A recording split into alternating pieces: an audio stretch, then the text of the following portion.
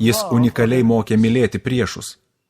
Žmogui nėra natūralu mylėti priešą. Kuo buvo žavimas į senovės pasaulyje, tu padedi draugams ir pakenki priešams. Konanas Barbaras prisimena tokį. Iš tiesų ten buvo perfrazuoti Čingis Chano žodžiai. Kai jo paklausė, kas geriausia gyvenime, jis atsakė, sutriuškinti priešus, matyti, kaip jie varomi priešais tave, klausytis jų moterų raudų. Bet kartą atėjo žmogus, kuris pasakė, kad geriausia gyvenime atsukti kitą skruostą, nueiti 2 mylias, mylėti priešą. Ir tai nebuvo vien tušti žodžiai. Mirdamas tasai žmogus, ir tai užrašyta, apie savo žudikus pasakė, Tėve, atleisk jiems, nes jie nežino, ką daro. Ir jo sekėjai tai įsidėmėjo. Įsiminė to keisto, niekam nežinomo beturčio vyro mirtį. Ir patys pradėjo panašiai mirti. Neronas imdavo Jėzaus sekėjus, apliedavo jos dervą ir paversdavo gyvaisiais deglais, apšviečiančiais gladiatorių arenas. Ir tokie dalykai tęsiasi kokius 3 amžius. Tie žmonės nesvajojo apie kerštą ar ginkluotą pasipriešinimą. Jie galvojo apie meilę.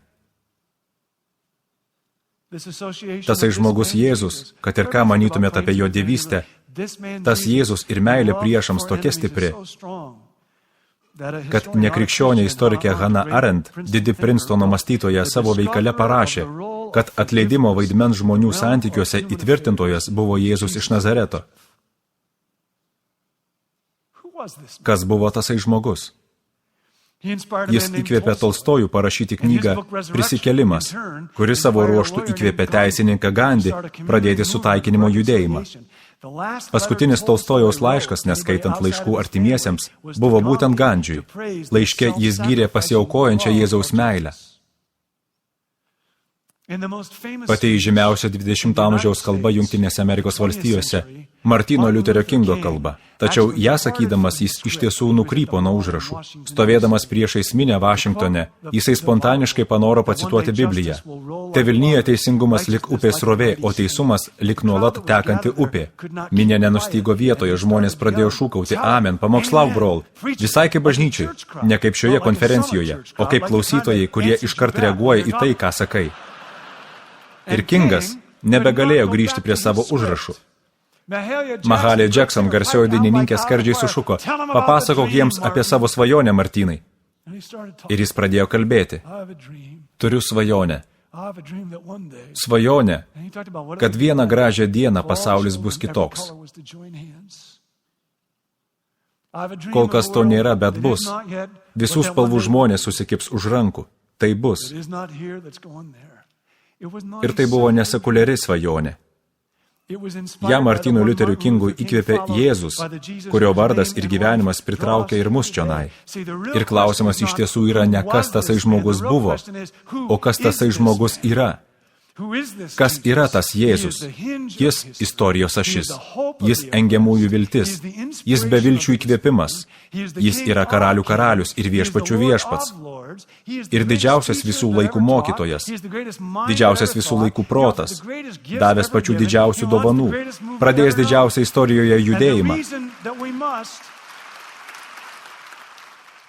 Tačiau juo žavėtis turėtume dar ir todėl, kad jo darbas dar nebaigtas.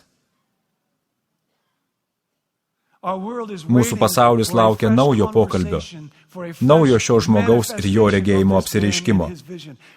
Kas nutiks dėl radikalių gailestingumo apraiškų? Įgyvendinus taiką ir teisingumą, įdiegus orumą gyvenantiems ant ribos, apšvietus atstumtuosius, menų teikiamo įkvėpimo šviesoje, didžiųjų pasižeminime, kas būtų, jei Jėzaus įtaka kitoje kartoje būtų dar didesnė, dar stipresnė. Kodėlgi ne? Nes to dailydės pašaukimas pasiekia mūsų laikų žmonės. Sek paskui mane, matyk mano akimis, mylėk kaip aš myliu, sek paskui mane. Ar būsi toks vyras? Ar būsi tokia moteris? Ar atsiduosi visą širdim, kad ir kiek tau tai kainuotų? Ar pasišvesi tam žmogui ir plačiajo karalystės vizijai? Ar atiduosi savo gyvybę už žmogų, kuris buvo paaukotas dėl pasaulio, nes tik jam vienam pavyko įvaldyti gyvenimą?